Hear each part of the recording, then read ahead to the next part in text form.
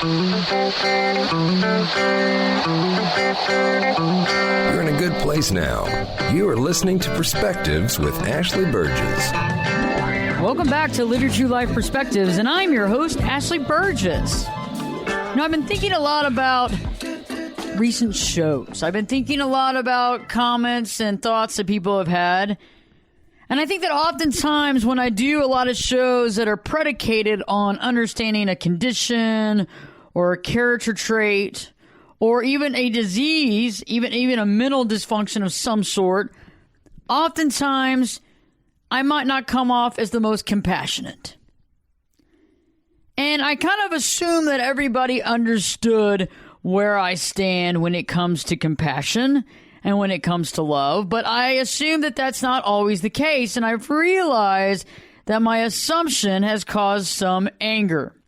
And so tonight's show is devised to explain exactly how I feel about compassion and love versus hate and anger, and how when we allow compassion in our life to take up all areas of our life, and we allow ourselves to love everybody in every situation, we understand the true reason for our life. And I want to begin with a little bit of my background so I can explain, so you can understand, I guess, better where I'm coming from. And I think it's interesting because when we understand background, right, when we understand past experiences, which is why and how we create our current perspective and our perception on what things are about, I found that often a lot of us have dealt with past issues. In our past, we dealt with all kinds of different problematic issues, people, situations. Perhaps even a lot of people in your past have done you wrong. Maybe some people left you high and dry. Maybe you were actually the victim and things were happening to you. And, you know, sometimes we were threatened or we were abandoned. There's a lot of things that happen in our past that can contribute to our current situation. Because I feel that everybody that comes into this planet, everybody that comes into this world has dealt with past issues. I don't think that many people, if any, have come up unscathed. Everything was perfect. Life is amazing. It's the most amazing life ever. I think most, if not all, at least the majority of us, have gone through peaks and valleys. We've dealt with stress, post-traumatic stress syndrome, all kinds of different things that we've gone through that predicate who we are today. And the reason why I want to talk about this is that, you know, there's a lot of different levels in life, and there's a lot of things that we can do in life that can either make our life easier or more difficult. And I found that a lot of times in life, there's a lot of things around us that are there that at the time seem like a freedom or seem like something that we can take on. But at the same time, those can contribute to a difficult time of being able to find our true self. And I find that a lot of times, too, our past can really cloud our current judgment. Because, you know, our past can do several things. And the one thing that I really like our past to do, and in the best case scenario, is using that past information to logically basically divert you out of problematic waters. And what I mean by that is that when we go through past situations and experiences, we want to try to learn as much as we can about those experiences so that we don't repeat them again. And, you know, I know that sometimes learning the hard way is the best way for some of us, and I have definitely incorporated that myself several times throughout my life. But what I like to try to do is see things happening and see things before they happen and fix it before it becomes a problem. And let me explain a situation here. The other day, somebody was asking me about how do I deal with issues in my life? And I said, you know, let me give you a clear example. You know, oftentimes many people wait for that train wreck, like the train wreck where the train has come off the tracks, the train's on its side, right? Visualize the train's on its side. You can make it a rainy night if you want to, and people trying to get out of the train. You see bodies flung around the train track, people with, head concussions, blood bleeding from their head. You know what I'm saying? You can visualize this, right? You've seen movies where there's been a train wreck, okay? And oftentimes, almost all those times, that wreck could have been stopped if somebody could have gotten to the situation before. And so, for example, let's just say that it's a track issue. I'm one of those big believers that a lot of people wait till the wreck happens and then figures out how they can stop that wreck from ever happening again. My biggest belief is, hey, can we get to that train track before the train comes, fix whatever needs to get fixed, get out of the way whatever needs to get out of the way before the train gets there and there is no wreck. And I think the reason why I'm so keen on that analysis is that I've been through enough train wrecks in my life to see it. And I'm not a big fan of them. Nor do I like to see train wrecks of other people. And no, I'm not going to jump in and push my karma or my things on them if they're not asking for advice or help. But I don't like to see people fall down. I know that a lot of times in life, people build themselves up, because other people are falling down and they look their nose down at them and they say, God, look at that person. What an idiot. And I just do not live my life that way. No matter what show I've done to help explain situations and, disease is to other people and problem situations, I've always been compassionate. I'm not an angry person, but I do believe that the facts need to be offered to give people a tangible ability to understand the current situation that they're dealing with. And, I understand I've got a little flack here and there from being so direct. And that's fine. Some people are going to like me being upfront and authentic and honest and truthful and direct, and other people aren't. So I can't please everybody all the time. It's just not going to happen. If I pleased everybody all the time, I wouldn't be honest. I wouldn't be telling the truth, and you probably wouldn't be arguing about me saying that because you wouldn't buy into anything I'm saying anyway, so you wouldn't even bother commenting, whether it's on YouTube or whatever outlet that you're commenting on. Because I find that oftentimes we as humans, okay, a good example is one of my interns came in the other day and said, they have a tendency of falling into that people-pleasing scenario where they just want to tell people what they want to hear.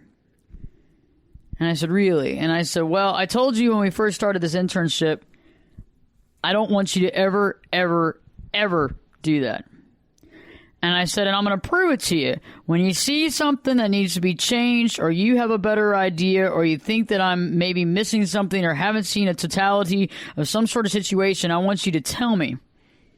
And you're going to get a response from me that's going to help you continue to be this way with other relationships. Because I'm a big believer, if you want somebody to tell you the truth, no matter what, you need to appreciate it.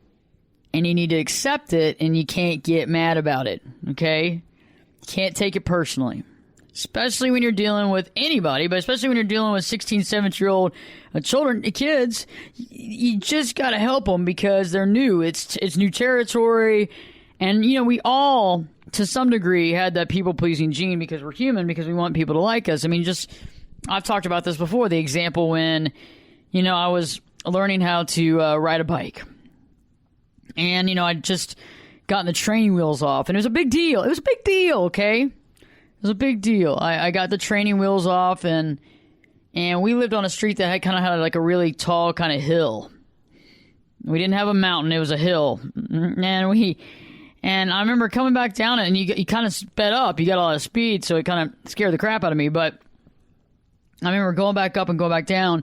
And I remember a few days into this whole practicing, my parents were both outside watching me. It was one of the few times I can remember both my parents together hanging out outside and watching me do anything, really, for that matter. Not that they weren't good parents, just that they really weren't. My dad worked a lot. He was out of town. My mom, was getting her master's or her doctorate or whatever. There's just a lot going on. And I could fend for myself, you know. And, as a good only child determines, I can fend for myself. I'm just fine, doggone it. But I remember we were all out there, and it was pretty cool. And I decided I was going to show my parents no hands. The no hands situation, where you pull your hands off, off the bike, and you put them over your head. And you go, look, Mom, look, Dad, no hands. When we return to me talking about the no hands, how that all turned out, and the whole reason behind me discussing this, because it directly applies to compassion and love and what we're talking about versus hate and anger tonight. Stay tuned. Check out AshleyBurgess.com. Check out Perspectives, Live Your True Life Perspectives on Facebook and comment on this show. Stay tuned, because Live Your True Life Perspectives with your host, me, Ashley Burgess, will be back this time in 2 shakes.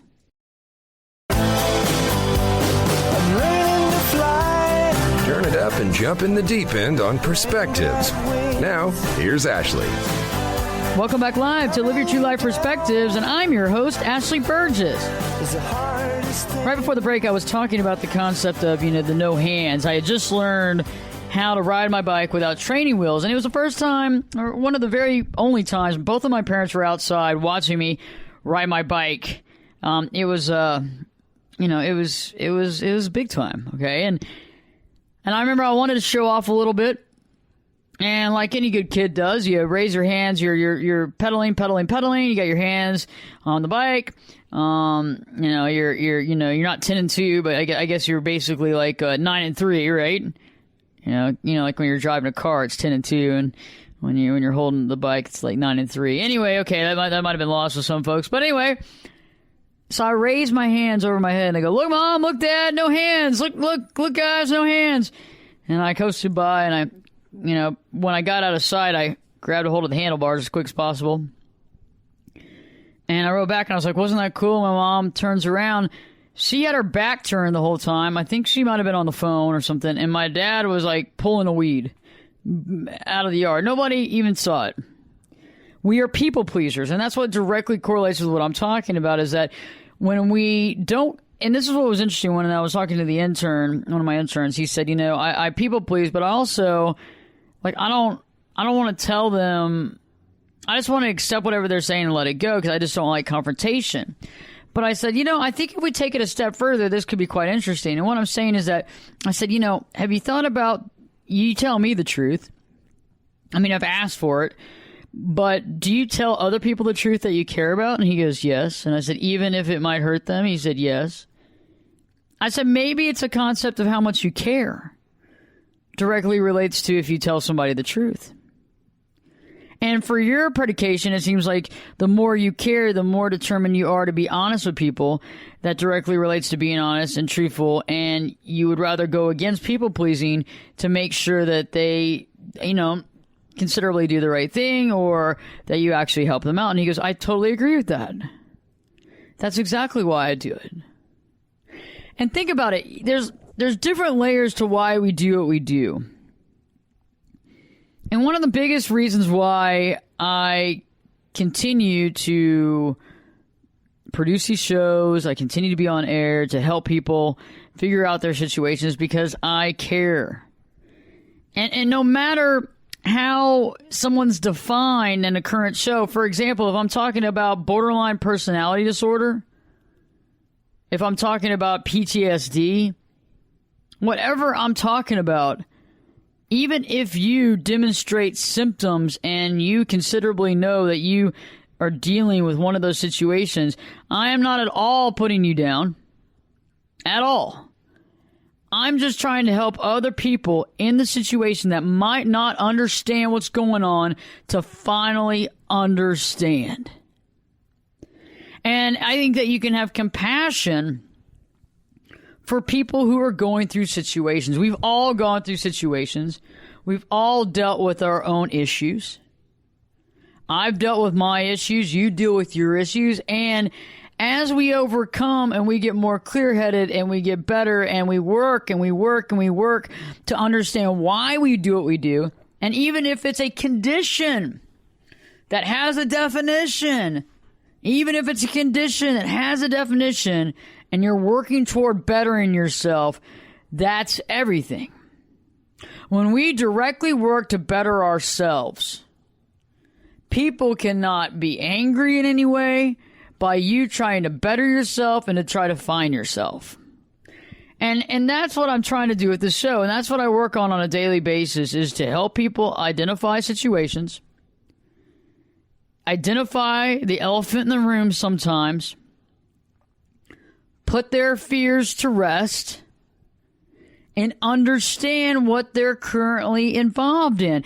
And it's amazing when people have definitions, and I don't believe that everybody should be defined in a situation or a dis-ease or a defining title. I don't agree with that. I don't agree that that's always the way it should be, because I think sometimes we go with limiting titles, and those limiting titles get in the way of us getting better, of us doing what we need to do, and we kind of define ourselves when we get caught into this defining situation, and then if things change, we don't know how to deal with it. However, on the flip side, when we do have a definition for a situation we're going through, it can make it easier for us to understand what we're going through and that we're actually honestly going through something.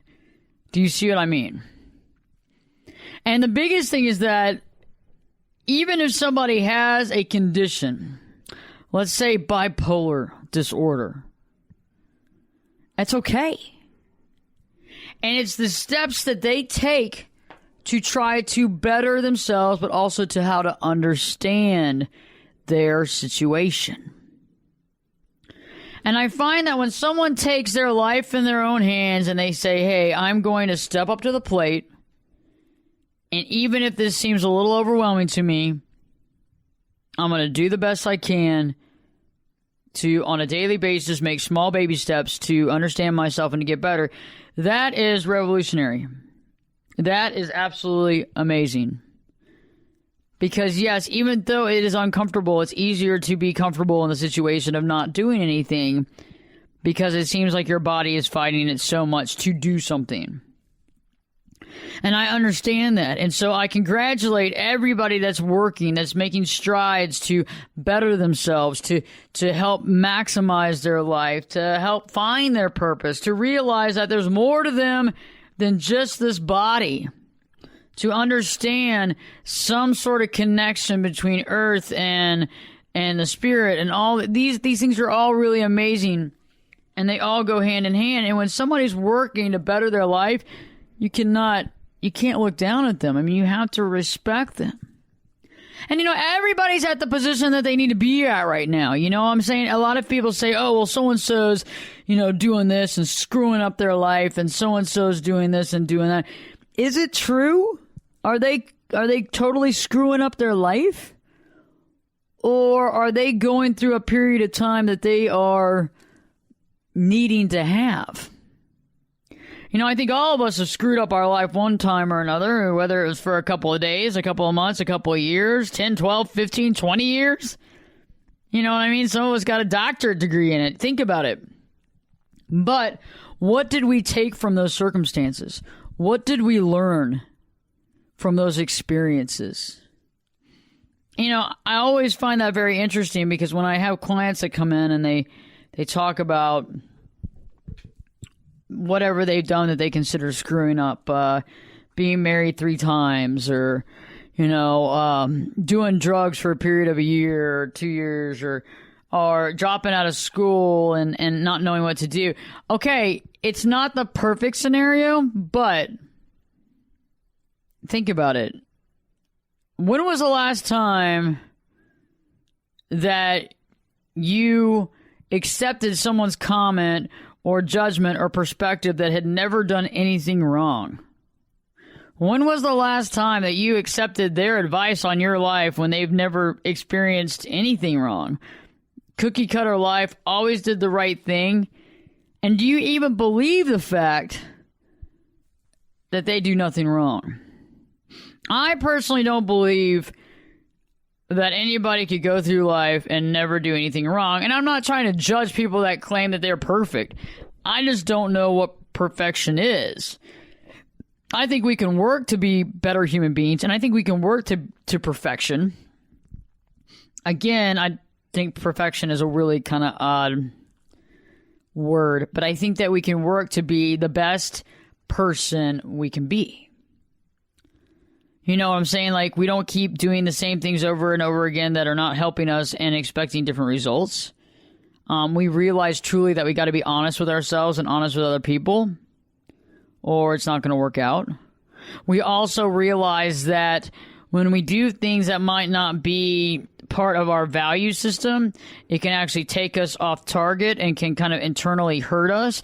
And what I mean by that is when we do things against our values, let's say, for example, if your values are that you're married and you believe in the sanctity of marriage, and you believe in that, stepping outside of the marriage in that situation could cause and pain for you. Not only pain physically, but also mental pain, you know, of feeling bad for what's happened. And I think oftentimes people don't realize that, you know, your values, the value system that you have set up is directly reflective of you. When you go against those values, those are the ones you set up, not values that we've set up or I've set up or society's set up. These are your values. When you go against the values that are implemented in your brain, in your head, hardwired to you, it hurts. And it causes you to be kind of at wit's end with yourself. You see what I'm saying? When we're going to be talking about values, you know, choosing the right choices for you, gratitude and love. Check out AshleyBurgess.com and also tweet me at Ashley, BERGES. Live your true life perspectives with your host, me, Ashley Burgess. Be back this time in 2 shakes.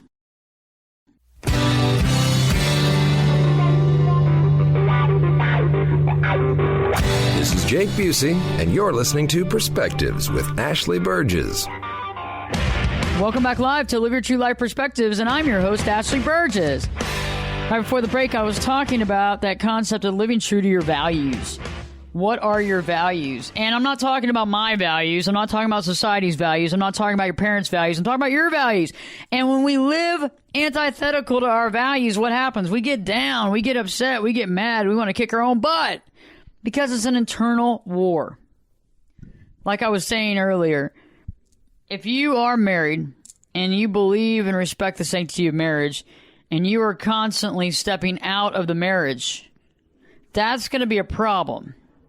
It's not going to be a problem for me because I'm not going to judge you on what you do, and it's not my life. I mean, God bless you. I love you and everything, but, you know, it's not going to keep me up at night. But the problem is that it's going to keep you up at night. It's going to keep you up at night because you're doing something that's antithetical to your values.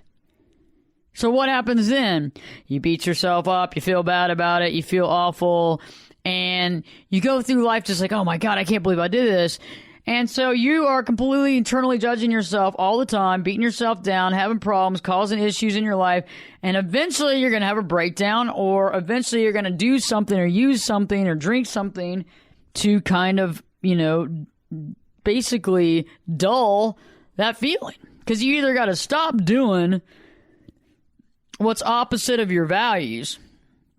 You got to stop doing what is opposite of your values, or what? Or you've got to numb it. You got to numb that pain. And I don't know about you, but the only ways I know how to numb that pain would be to keep on doing it, I guess. Second would be to keep on doing it and add some alcohol in it. Keep on doing it and add some drugs to it. Keep on doing it and add some pot to it. There's got to be something.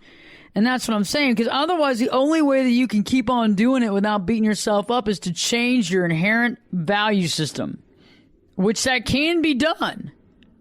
You can change your values. You can say, hey, I agree with this, but I don't agree with that.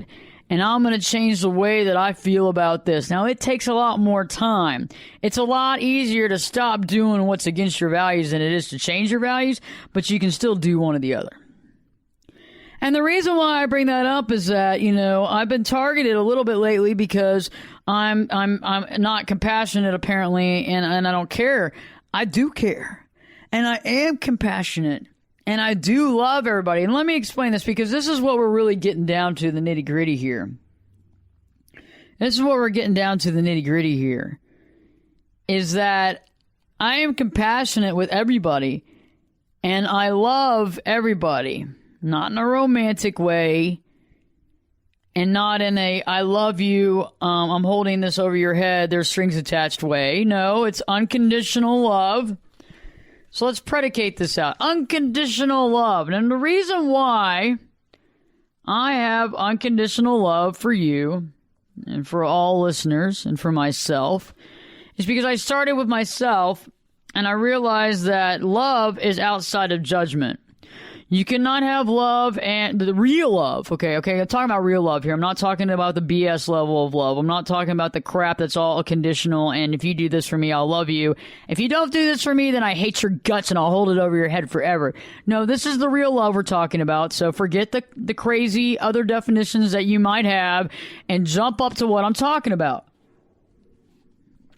Okay, and some of you may have never, ever received this kind of love. And you don't give yourself this kind of love. So you think right now, by this point in time, you think I'm crazy. And that's fine. And eventually you'll come around and you'll realize what I'm talking about. And it'll hit you probably at 3 a.m. in the morning when you're deep in sleep. And you'll wake up and you'll be like, oh my God, who in the heck was doing that podcast? Oh yeah, that was Ashley Burgess talking about unconditional love. I thought she was crazy. And I've commented on YouTube about how crazy she is. But at the same point in time, guess what? She's right. Okay, this is what it is. I unconditionally love everybody. Every client, every person I meet, everybody. But there's a difference between love and respect and acceptance. Okay? Now let's talk about this because this needs to be figured out because a lot of people need to learn this to make their life a lot happier. Okay, love, when it is based on unconditional love, means that I place no conditions on you. I place no conditions on you. I have no contract with you. We're good. Now, I have this unconditional love for you as another spirit. As another, not a human being. Okay, I look at you in a higher level than that, right? Because I realize we're all spirits, we're all energy, and we are we're inhabiting a body. But you are not your body. Okay, so we got to get all this together first, and then you'll totally get what I'm talking about. You are not your body, and because you're not your body, this should mean a lot. So, if you go and get a tattoo, or you go get 150 piercings, I'm not going to stop loving you because you do that, okay? I might not respect your choice, okay? I might not respect your choice.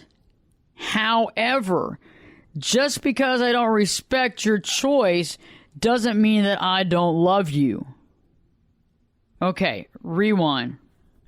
The difference between conditional and unconditional love is based on the fact that a conditional love is whatever you do, I give or take my love based on what you do. And if you do something bonehead that I don't think is good, I will remove my love from you. Whether that is I don't speak to you, I don't give you any sort of attention, I don't talk to you in a high way. You know, you see what I'm saying? Like, I will pull myself away from you because you made a bonehead thing and made a bonehead move, and therefore you're a moron, and I'm not going to give you any more love. Okay, that's not how this works. What I'm talking about is complete unconditional love, where I love you as a spirit. I love you for who you are inside your body at the deepest level, at the highest level of you. Okay? The highest level of you I love. Because I can love you because I know at the highest level of you, away from anything you're doing, away from any substance abuse that you might be abusing, away from anything that you might be doing to lower your whatever it is. I'm not looking at that. I'm looking at your highest self, and I love you for you. And I love you for everything. I'm not sitting there going, oh, God, I can't believe they did this. This is gone. I might not respect what you do. Okay, that's the difference. And because the thing is, too, is that do you have unconditional love for yourself? Because if you don't, that means that every time you do something that you wish you hadn't, you hate yourself and find self-loathing, and you beat yourself up more for it. See, I'm able to love myself and sit there and go, you know what? Don't think I'm going to do that again. That was really messed up, and that really kind of took me down, and you know what? It made me feel kind of bad, and it's beneath me, and I need to step up from this and make amends and forgive myself and move past this. Yes, that's what unconditional love is. And so when I do these shows and when I produce these shows, I'm not saying I don't love you because you're doing this or that. I'm saying, hey, I do love you and I do care about you, but you got to care about you too. And you got to care about other people, because you can sit there and love yourself. I'm not talking about self-love in a narcissistic, crazy way as far as, oh, it's all about me. No, it's about the love for humanity. The reason why we're here on this planet in these bodies is to figure out what life's about. And I'm going to tell you a sweet, sweet, sweet, sweet secret. And it's crazy that it's a secret, because it should be on every billboard in the whole planet. The reason why we're here is to love one another and to love ourselves unconditionally. All animals, all plants, all birds, all trees, all people, all dogs, all cats, all snakes, all rats. You see what I'm saying? You're starting to get it, right? That's why we're here. From A to B. And then we're starting to realize how to really maximize our life and what we can do to help other people. I know. It's not that hard. However, a lot of times in our minds, because of media, because of advertising, because of all different things, we feel like we have to be somebody, look like somebody, have all this stuff, right? And we don't really focus on the fact that we are at the core a spirit that lives for eternity in a body on planet Earth, experiencing life on planet Earth. That's what we're here for, right? But we're supposed to learn this love thing. I mean, at the end of people's lives, what do they talk about? They don't talk about cars and this and that and careers. And I mean, yes, it's nice to have a career and it's good to work. It's good to work. It's good to work and to respect what you do and to offer and to give back to society. That should be part of your mantra. Not, oh, everybody give to me and I'm not going to do anything. Okay? Because when you're in that mindset too, it becomes poor you, because you're not helping anybody. When I have clients that come into my office and say, I'm this, I'm that, I'm depressed, I'm angry, and all this stuff's happening to them, I said, I need you to you need to go through these mantras and we need to go through some therapy, but at the same time, I need you to volunteer. What organizations really inspire you and who do you have a connection with? And, I've had some women come in here and say, I would like to volunteer with battered women, or I would like to volunteer at the SPCA. And everybody comes back feeling better because you know why? It's not all about them anymore. Yes, the problems might still exist, but for a few hours, you got to spend time helping other people, getting your head out of your head, okay? And actually giving back. That's what we're here for. Helping others makes us all feel better. Stay tuned. I return to be talking more about getting over being a victim from our past and how we can walk into a power position. Stay tuned, because Live Your True Life Perspectives with your host, me, Ashley Burgess. Be back this time in 2 shakes. You could be my luck. Get in here. You're listening to Perspectives with Ashley Burgess. Welcome back live to Live Your True Life Perspectives, and I'm your host, Ashley Burgess. We've been talking about compassion and love. We've been talking about not being the victim and walking into a power position. And I want to really address that right now, because oftentimes we don't realize our power. We don't realize our power because a lot of times we don't want to recognize it, because if we actually recognize our power, we might have to actually do something with it. Other times, we don't know we have it because we've never been told about it. We might sense it or feel it, or maybe we've been beaten down so much through our childhood we didn't know. We were raised to believe a certain way. We were a victim, and we just hoped and prayed that we could just get through life, right? Well, I'm here to tell you right now that there's more to life than getting through life. You have the power to do a lot of things. You have the power to move any mountain. You have the power to change the world. You have the power to begin with by changing your life. And you have power to love other people. And when we want to get over being a victim and walk into a power position, this begins with accepting ourselves. We must accept ourselves in order to understand our life. And what I mean by that, some people go, well, how the hell am I supposed to accept myself? You have to sit there and look at yourself and all flaws and everything you have and say, you know what? It's okay. And the way that you accept yourself is to begin to unconditionally love yourself. And the best way to begin to unconditionally love yourself is to love yourself, but state to make an oath. And that oath is that you'll be better than you were yesterday. Meaning, like I said, you'll be better than you were yesterday. And that means you will do things each day to better your situation, to better your life.